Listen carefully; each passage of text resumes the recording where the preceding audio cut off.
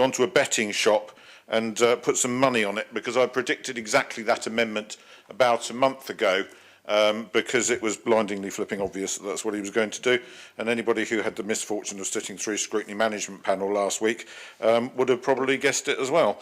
And I did actually congratulate Councillor Corkery for his patience afterwards. Regarding the other Conservative amendment,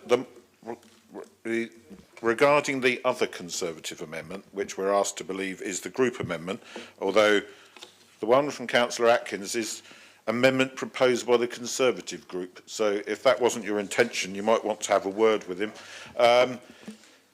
It's a shame, really, because... Point of order, Lord Mayor. Under 39B. What standing order? 39B. Clarification of earlier comment. That I can indeed confirm that is a typo, as I confirmed in my speech. These were my own personal amendments, so I should not have put that on top of the paper. I apologise. Thank you for clarifying. Councillor Pitt. Well, there we go. It's a bit of a shame with the other amendment. I did say, and I meant it, when I got to my feet in May, when I was elected as leader of the council, that we are a minority administration. It's important that our door is open to conversation. The Labour group came to see me, very happy to sit with them and have a cup of coffee and talk things through. Similarly with Pip, I did, Cal and I were at the same event last week, and I spoke to him. I just wasn't contacted by the Conservative group. So some of the stuff that you're proposing in there are feasibility issues around traffic and transportation and road safety. And there's the same advice that was offered to the Portsmouth Independents and Labour is you can put those forward for consideration. There is absolutely no issue around that at all, but the council does have a policy where proper scoring is done around things to make sure it's fair and to prevent the kind of intervention that would just jump things up the list unfairly. I did suggest that when I was talking to Charlotte and Graham that we probably need to review that list and make sure that it is up to date and something that is still supported by the ward councillors in each area. And I think it would be very sensible and pragmatic to do that, because we've all got priorities in different areas in the city, and we want to make sure that we are spending whatever money that we have actually got on the schemes that are still supported by the ward councillors in that area. And I think that would be a really productive piece of work. It's obviously something that matters to all of us. So whilst I will not be proposing to subsume the Conservative group amendment, Simon, I'm very happy to have conversations with you on that, and I'm sure Councillor Vernon Jackson is too, because some of the things you're drawing attention to obviously matter to your residents. I'm not going to talk any further about the proposal from Councillor Atkins. There's just a couple of things that I wanted to address that came up from other speakers. I absolutely agree that the time between the publication of the budget papers and this meeting is not enough. We had proposed to leave an extra week and in order to create more time, and then entirely due to the late process from the government in actually confirming all the figures, we had to move the cabinet meeting back a week again, leaving us where we are now. So I would be happy to have discussion with the other group leaders to see if what we actually propose next year is to move this meeting back by a week. We might have a different government process, but we can't rely on it. But if we were to go a week later, we would have some chance of giving ourselves a bit more time to discuss things rationally. So I think it's a good suggestion. I'm very happy to look at that. Other thing, I did want to clarify something. It's fascinating to know that Penny may have worked behind the scenes around the Youth Investment Fund to bring that money into the city. But I did check, and when I saw quotes from both members of Parliament in the paper, as far as I'm aware, there wasn't even a letter of support around that bid. They weren't engaged with it at all. So if those communications did go on, they're very welcome. But it was certainly news to me on the, here in the chamber today that was even a thing. It was something that was brought through by quite a big board of officers with Councillor Horton and myself working with them to develop that proposal. And it is a very welcome investment into the city. Councillor Corkery raised some good points around the process with Bransbury Partner scrutiny around it. There have been quite a lot of reports that have come through to the Cultural, Leisure and Economic Development portfolio on that. David Moorman, the lead officer on it, has been there. He's been asked questions and provided answers. Another update is due. I think it's very clear that we had to wait to get this bit of the process out of the way before we could confirm the final position.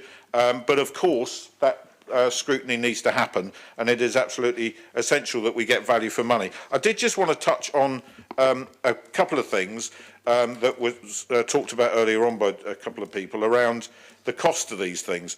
And I'm minded to just mention that the Southampton Daily Echo ran a story on the 11th of February, just a couple of days ago, highlighting the fact that it's been necessary for Southampton Council to de-scope their new sports centre.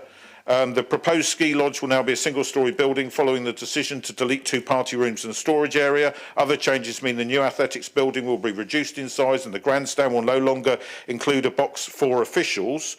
And a report to Cabinet members said the cost hike was due to market fluctuations in the construction industry.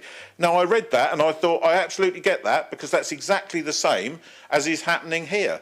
So I understand why they're making those adjustments, Lord Mayor, and it's not just Southampton either. West Suffolk, Newcastle, Kirklees and Rossendale have also all either de-scoped or cancelled leisure centre projects in the last year.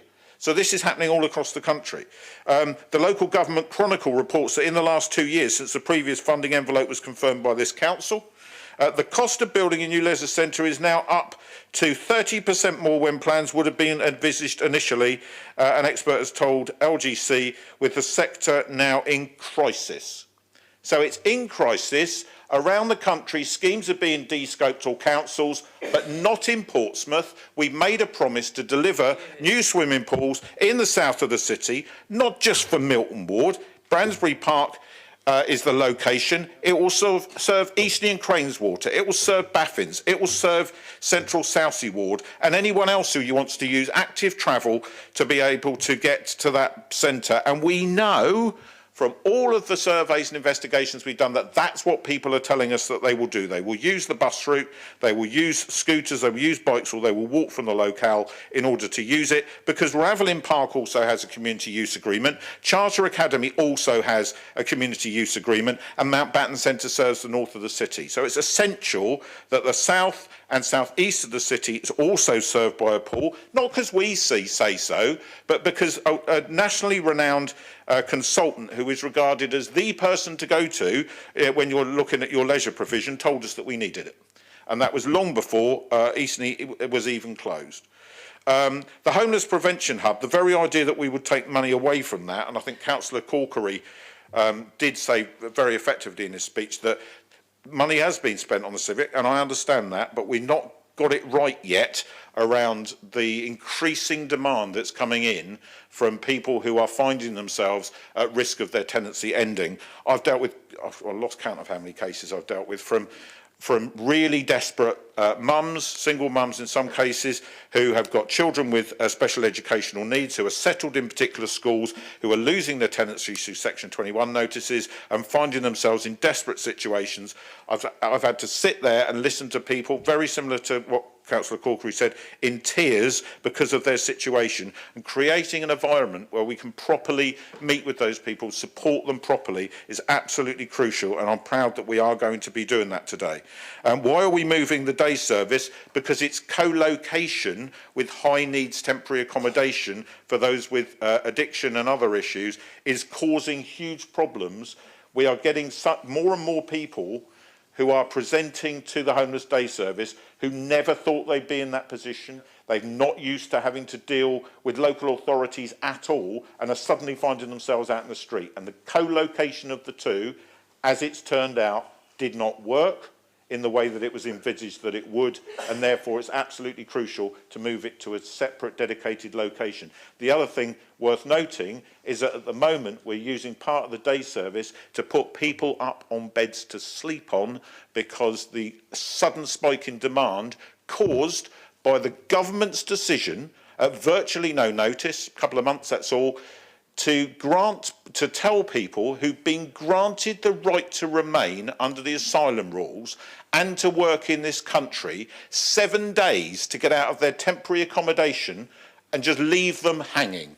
I've had to deal with people who, because they weren't allowed to work, have been volunteering for local charities and having been told that they got the right to remain in this country, then get a letter saying you've got to get out on the street in 7 days. It was such an appalling policy. The government did a U-turn on it just before Christmas, but that caused an enormous spike in demand. So for all of these reasons, it's really important that we address this and make sure that we're dealing with really sensitive situations effectively.